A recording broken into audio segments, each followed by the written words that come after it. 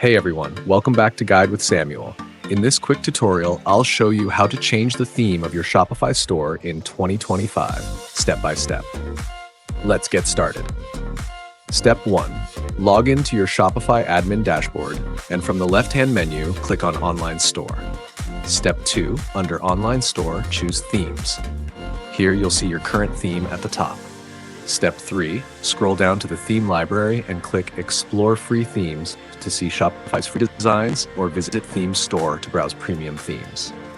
Step 4. Find a theme you like and click Try Theme or Add to Theme Library. Step 5. Once added, go back to your theme library, find the theme, and click Customize to adjust colors, fonts, images, and layout. Step 6. After you're happy with your edits, click Publish next to the new theme to make it live on your store. Reminder, changing your theme will reset your store's layout, but your products and pages will stay intact.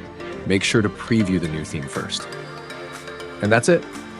You've now changed your Shopify theme and given your store a fresh new look for 2025. If this guide helped, give the video a like and subscribe to Guide with Samuel